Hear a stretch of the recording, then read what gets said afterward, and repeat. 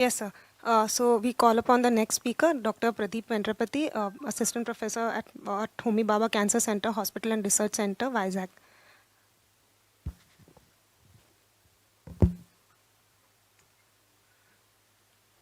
Am I audible? Yes, yes.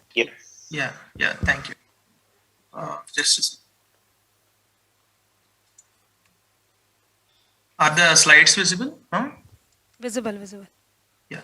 So, Pradeep Ventrapati, and today I will be speaking on the recently published abstract, which is neoadjuvant chemotherapy alone versus chemoradiation, followed by sleeve resection for locally advanced non-small cell lung cancer. So, coming to the background, the treatment of patients with locally advanced NSCLC is complex and requires the expertise of a MDT thoracic oncology team. So, we know that neoadjuvant platinum-based chemotherapy followed by surgery has been found to improve survival in these patients. Neoadjuvant chemoradiation also improves nodal clearance and is a strong rationale for adding radiation to the neoadjuvant treatment approach.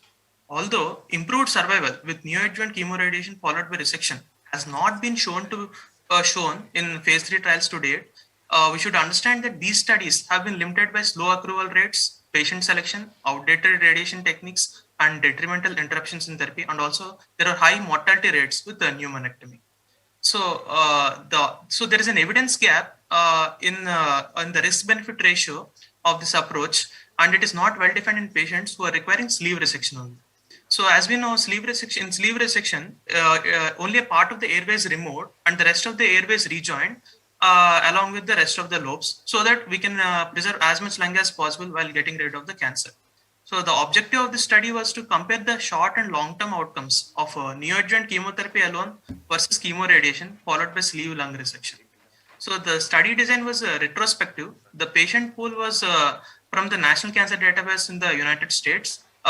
Locally advanced NSCLC patients who underwent sleeve lung resection between 2006 and 2017 and received neoadjuvant therapy were included in the study.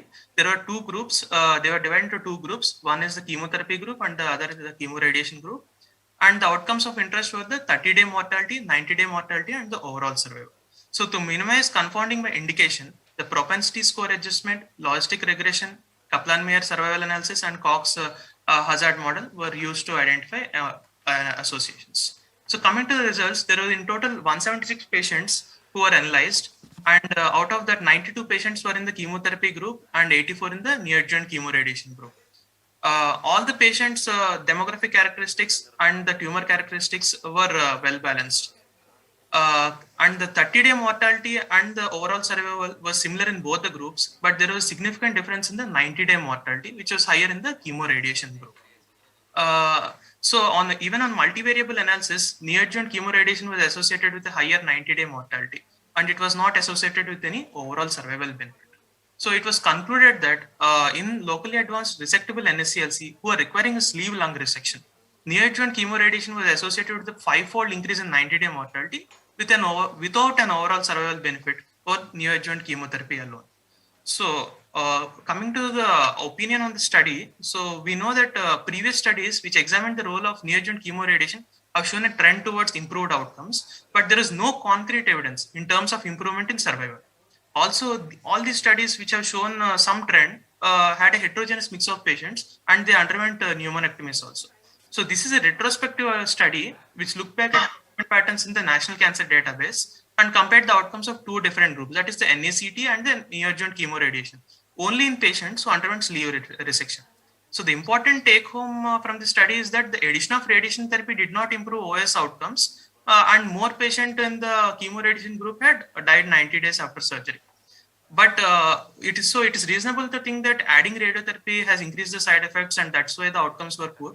But the study did not examine any quality of life or patient-reported outcome data to confirm if this is actually true. So also this is a retrospective analysis, and the best evidence would be to test the two options head-to-head in a clinical trial.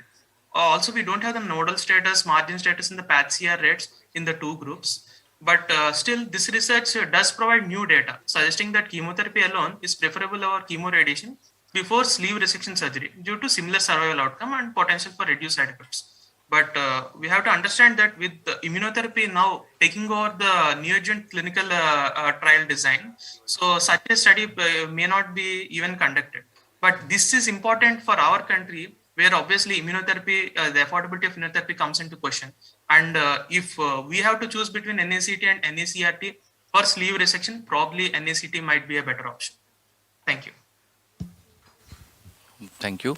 Technical glitch is so